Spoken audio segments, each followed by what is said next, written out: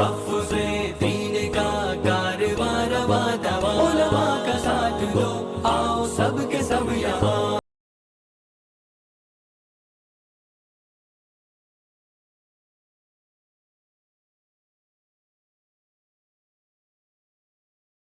अल्हम्दुलिल्लाह रब्बिल आलमीन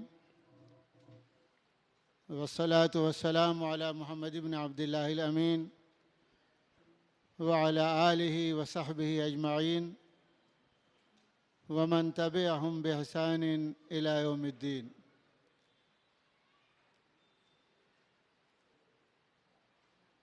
अऊज़ु बिल्लाहि मिनश शैतानिर रजीम, बिस्मिल्लाहिर रहमानिर रहीम। कुन्तुम खैरा उम्मतिन उखरिजत लिन्नास तअमुरून बिल मारूफ व तनहौना अनिल मुनकर। स्टेज पर तशरीफ़ फरमा ज़िम्मेदारान व मेहमानान गिरामी और हमारे सामने शहर के मुख्तलिफ़ इलाक़ों से आए हुए उलमाए किराम,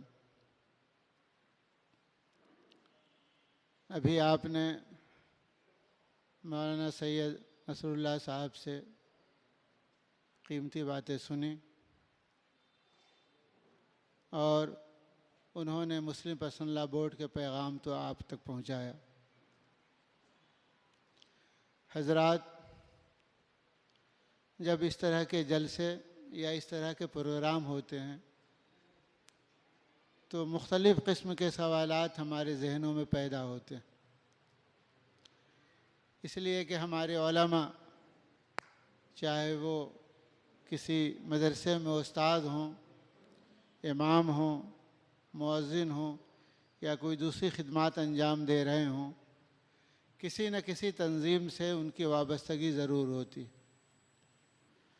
वो ये सोचते हैं कि मेरा ताल्लुक़ फ़लाँ तंज़ीम से है, फ़लाँ जमात से है, फिर मैं किस तरह पर्सनल लॉ बोर्ड का साथ दे सकूं या पर्सनल लॉ बोर्ड की तरफ से जो ज़िम्मेदारियां हमें दी जाएं उन पर किस तरह मैं अमल पैरा हो सकूं।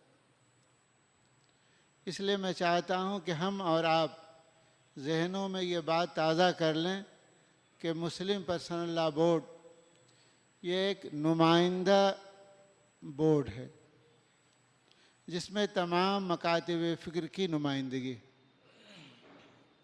किसी भी मसलक से हमारा ताल्लुक़ हो, किसी भी मज़हब से हमारा ताल्लुक़ हो, किसी भी मकतब फ़िक्र से हमारा ताल्लुक़ हो, इन तमाम मकातिब फ़िक्र के जो ज़ुआमा हैं, उलमा हैं, सज्जादा नशी हैं, बड़े बड़े मदारिस के मुहत्तिम और नुज़मा हैं, वो तमाम के तमाम इस बोर्ड के मेंबर हैं।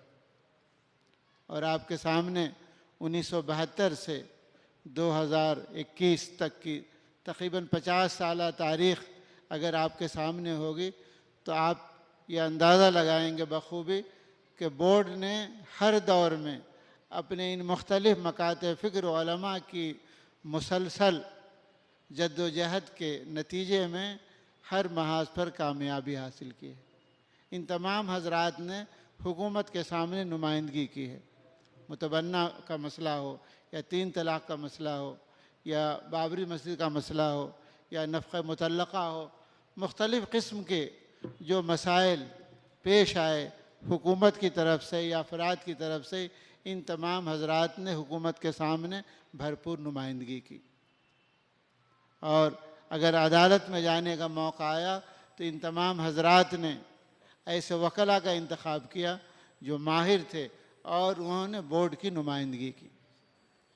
तो इस 50 साल तारीख़ के मुताले से बात वाज़ेह होती है कि बोर्ड कभी भी उम्मत मुस्लिमा के मसाइल के सिलसिले में कभी भी इस बोर्ड ने पसोपेश से काम नहीं लिया, कभी इसने कोई कोताही नहीं बरती, बल्कि जा बकफ़ होकर ये आगे बढ़ते रहे और ये काफ़िला बढ़ता जा रहा है और इंशाअल्लाह जब तक अल्लाह को मंजूर होगा ये काफ़िला बढ़ता रहेगा।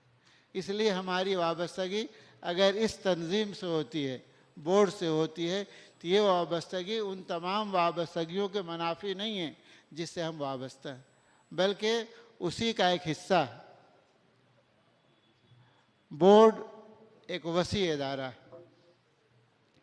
और उसके मुख्तलिफ़ शोबे हैं, जाहिर है कि बोर्ड के पास कोई ऐसी चीज़ नहीं है कि वो मिनटों और सेकंडों में कोई कारनामा अंजाम दे सके, इसलिए कानूनी सेल बनाया।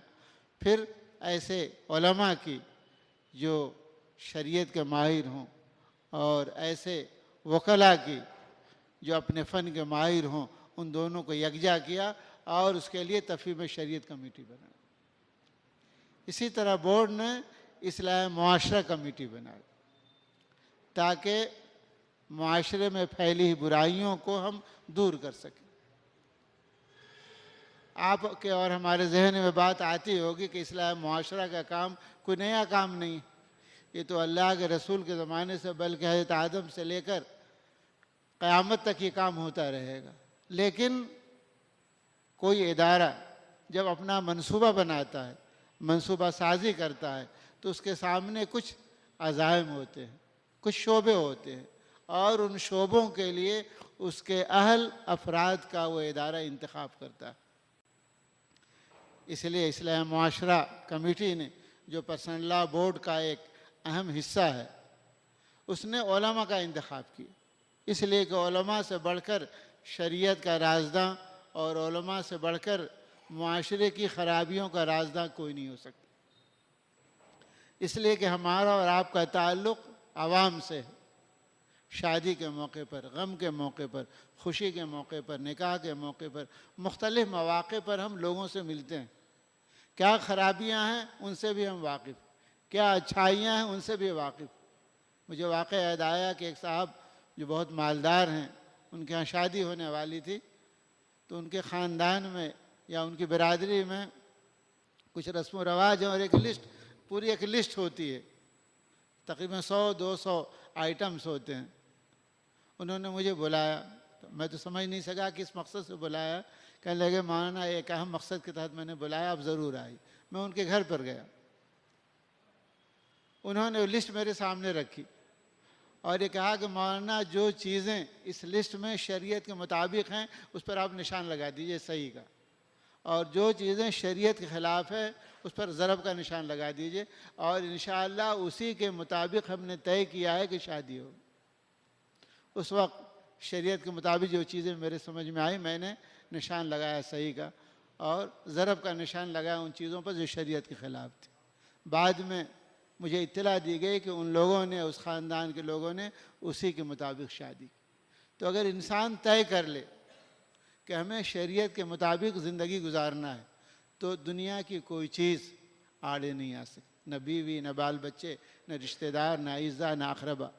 और अगर दिल में चोर हो, मैं तो कुछ नहीं कहता, लेकिन बेटे का ये मुतालबा है, मौलाना मैं तो बिल्कुल शरीयत के मुताबिक चाहता हूँ, लेकिन बीवी ये चाहती, मौलाना मैं तो चाहता हूँ, लेकिन अइज़्ज़ा और क़ारिब उनको नाराज़ हम नहीं कर सकते।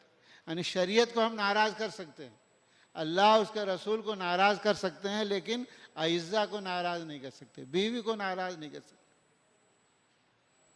तो शरीयत के मामलात में बेहिसी बढ़ती जा रही है और ये उलमाए किराम की ज़िम्मेदारी है कि इस बेहिसी को दूर करें। उन्होंने इमाम मोहम्मद रहमतुल्लाह अलैह का वाक़या बयान किया। इमाम मोहम्मद रहमतुल्लाह अलैह से आप सब वाकिफ़ हैं। उनकी सेहत दिन ब दिन ख़राब होती जा रही थी, तो लोगों ने पूछा कि हज़रत आपकी सेहत ख़राब होती जा रही है, आखिर आप अपनी सेहत की तरफ क्यों तवज्जो नहीं देते? इसलिए कि रातों को जागते थे, मसले मसाइल लिखते थे।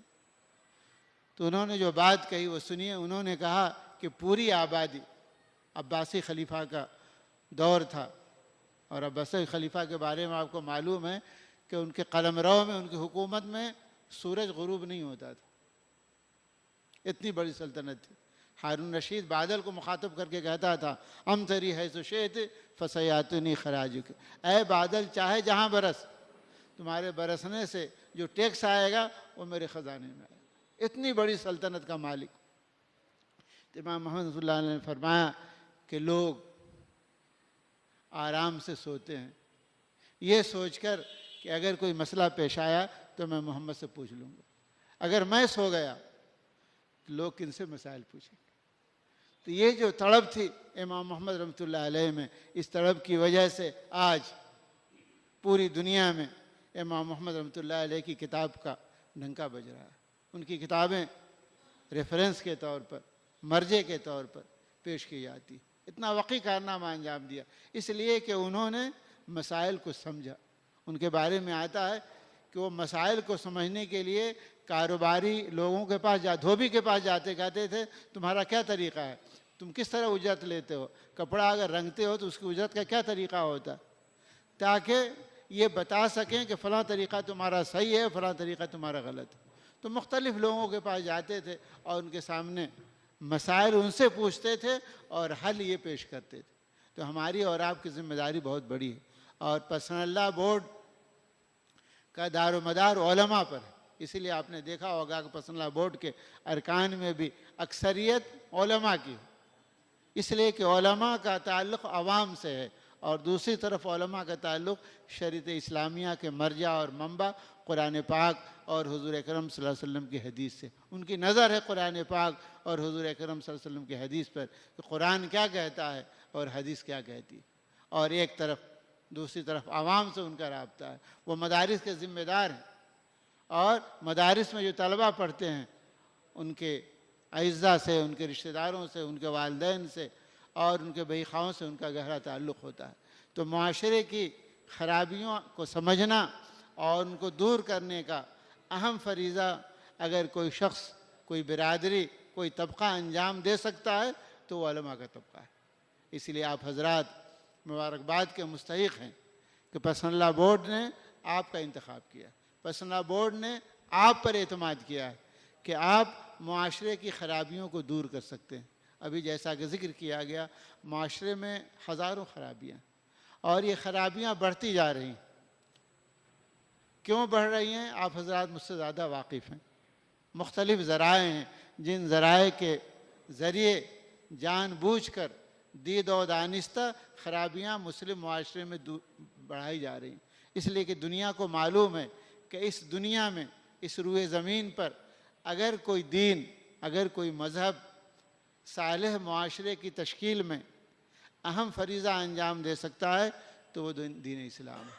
इसलिए उनकी पूरी नज़र और बल्कि ये कहिए कि उनकी साजिश का सबसे बड़ा ज़रिया यह है कि वो मुसलमानों को और ख़ास तौर पर नई नस्ल को बर्बाद करे। इसलिए कि नई नस्ल अगर एक दफ़ा हमारे हाथ से निकल गई तो फिर इसकी कोई ज़िम्मेदारी नहीं है कि इस्लामी तालीमात सही तौर पर हमारे दरमियान बाक़ी रह सकेंगी या नहीं। तो बहरहाल पर्सनल लॉ बोर्ड का ये काम एक शख्स का काम नहीं और न ये वक्ती काम है। हम ये समझे कि 2 दिन, 4 दिन, 6 दिन, हफ्ते, 2 हफ्ते में इस्लामी मुआशरे का काम हम कर लेंगे और काम हो जाएगा, नहीं, ये अमल मुसलसल है और हमें घबराने की ज़रूरत भी नहीं है। बाज़ दफ़ा हमारे जहनों में आता है कि इतनी ख़राबियाँ दूर कैसे होंगी। हमारी ज़िम्मेदारी यह है कि हम उन ख़राबियों के सिलसिले में अवामी बेदारी पैदा करें। कितनी कामयाबी मिलेगी, कितनी नाकामी हमारे हिस्से में आएगी, इसके हम ज़िम्मेदार नहीं। वमा अलैना इल्लल बलाग, यानी हमारे ज़िम्मे पहुँचाना। हज़रत नूह अलैहिस्सलाम का वाक़या और उनकी ज़िंदगी की तफसीलात आपके सामने। 950 साल का तज़किरा कुरान पाक ने किया है। बाज़ रिवायात में और बाज़ तफसीर किताबों में आता है कि 950 साल में सिर्फ 110 अफराद मुसलमान हुए। अंदाज़ा लगाइए, 950 साल में 110 अफराद। बज़ाहिर ऐसा महसूस होता है कि ये नाकामी, लेकिन ये नाकामी नहीं। असल कामयाबी यह है कि हम अपने मिशन पर अमल पैरा रहें, हम अपनी बात को लोगों तक पहुंचाते रहें, उसमें असर पैदा करना, उस असर पजीरी के बाद उसको कबूल करना, ये अल्लाह तबारक तआला का है। इन्नका ला तहदी मन अहबब्ता वलाकिन अल्लाह यहदी मन यशा। आप अगर किसी को चाहें, अल्लाह के रसूल को मुखातब करके कहा जा रहा है कि आप किसी को हिदायत नहीं दे सकते, हिदायत तो अल्लाह के हाथ। तो हमारी और आपकी ज़िम्मेदारी है कि हम जिन जिन इलाक़ों के ज़िम्मेदार हैं और उन इलाक़ों में मजमूई तौर पर जो ख़राबियाँ हैं और ख़ास तौर पर निकाह के सिलसिले में, तलाक़ के सिलसिले में, खुला के सिलसिले में और बाज़ शौहरों के मामलात में, बाज़ मामलात मेरे पास आते हैं तो शौहर ये कहता है न मैं तलाक़ दूँगा न खुला दूँगा और न अपने घर पर बुलाऊंगा। इस तरह के जुमले एक मुसलमान अपनी ज़बान से अदा करता है। कुरान पाक का हुक्म यह है कि रखो तो सलीक़े से रहो, मारूफ तरीक़े के मुताबिक रखो, और अगर तुम्हें बीवी पसंद नहीं है तलाक़ दे दो, छोड़ दो। लेकिन मुस्लिम माशरे में एक दो नहीं, सैकड़ों ऐसे वाक़यात पेश आ रहे हैं कि शौहर न तलाक़ देता है और बीवी अगर खुला का मुतालबा करती है तो शौहर खुला के लिए भी तैयार नहीं होता। मुक़दमात अदालतों तक जाते हैं और वकील साहब बैठे हैं, अदालतों तक जब हमारे मुक़दमात जाते हैं तो फिर हमारे घर की बेटियां और हमारी घर की औरतें किन किन दरिंदों का शिकार होती हैं, ये आप हजरात अच्छी तरह जानते हैं। इसलिए हमारी और आपकी ये कोशिश होनी चाहिए कि हम मुआशरे की इस्लाह करें। और ये फ़रीज़ा अम्बिया किराम का फ़रीज़ा, ये फ़रीज़ा हुज़ूर अकरम सल्लल्लाहु अलैहि वसल्लम की ज़ात गिरामी का फ़रीज़ा। अल्लाह के रसूल ने जो कारनामा अंजाम दिया उस कारनामे को हम अंजाम नहीं दे सकते, लेकिन अल्लाह के रसूल की उम्मत के एक फ़र्द होने की हैसियत से जो हम पर ज़िम्मेदारी दी गई, तअमुरूना बिल मारूफ़ व तनहौना अनिल मुनकर, अम्र बिल मारूफ़ और नही अनिल मुनकर, ये फ़रीज़ा है। और इस फ़रीज़े को निस्बत हासिल है खैर उम्मत से, यानी अल्लाह ने फरमाया कि तुम खैर उम्मत कहे जाने के मुस्तहिक उसी वक्त होगे जब तुम ये दो काम करोगे। इसका मतलब है हमारी खैरियत मौकूफ़ है इन दो उमूर पर, हमारी अच्छाई, हमारी नेकनामी मौकूफ़ है इन दो उमूर पर कि हम अम्र बिल मारूफ़ करें और नही अनिल मुनकर करें। आप हज़रात कुरान पाक की आयतों से, कुरान पाक की तफसीलात से, तफसीर से, हर चीज़ से वाकिफ़ हैं। बस ज़रूरत है अमल की, यक़ी महकम अमल पे हम मोहब्बत फ़ातिह आलम जिहाद ज़िंदगानी में है ये मर्दों की शमशीरें। मैं ये भी समझता हूँ कि उलमा के अपने अपने मसाइल हैं, तनख्वाहों के मसाइल हैं, इज़्दिवाजी ज़िंदगी के मसाइल हैं, दीनी मदारिस के मसाइल हैं, चंदों के मसाइल हैं, बहुत सारे मसाइल हैं। और इन मसाइल का ताल्लुक़ सिर्फ उलमा से ही नहीं है, जो गैर उलमा हैं उनके भी अपने अपने मसाइल हैं। लेकिन इन तमाम मसाइल के बावजूद, इन तमाम मसाइल के बावजूद हमें अपने काम को आगे बढ़ाना है। तो हमारी आपसे इस्तिदा ये होगी और हम ये चाहेंगे कि इस्लाह मुआशरे के तहत ये जो प्रोग्राम मुनक़्क़िद हो रहा है और इस्लाह मुआशरा की तरफ से हमको और आपको जो ज़िम्मेदारियाँ दी जाएँ उन ज़िम्मेदारियों को बखूबी निभाने की कोशिश करें और पर्सनल लॉ बोर्ड के इस काफ़िले को जो तकरीबन 50 साल से रवां दवा है आगे बढ़ाने की कोशिश करें। वाखिर दावाना अनिल हम्दुलिल्लाहि रब्बिल आलमीन। इस वीडियो के लिए ताउन किया है पोलाइट हेल्थ केयर मुंबई, तकमीली तेल बीना Malegaon, GS herbal Unani Akola, Alkhadam tours and travels India, Mardana Ayurvedic Jalgaon और रोशन यूनानी दवाखाना के थल। मर्दाना आयुर्वेदिक मायूस शादीशुदा मर्दों के लिए एक खास नायाब तोहफा, 100% असर करने वाले और भी लाजवाब और असरदार नुस्खे घर बैठे हासिल करें। अभी कॉल करें। मर्दाना आयुर्वेदिक जलगांव, महाराष्ट्र, इंडिया।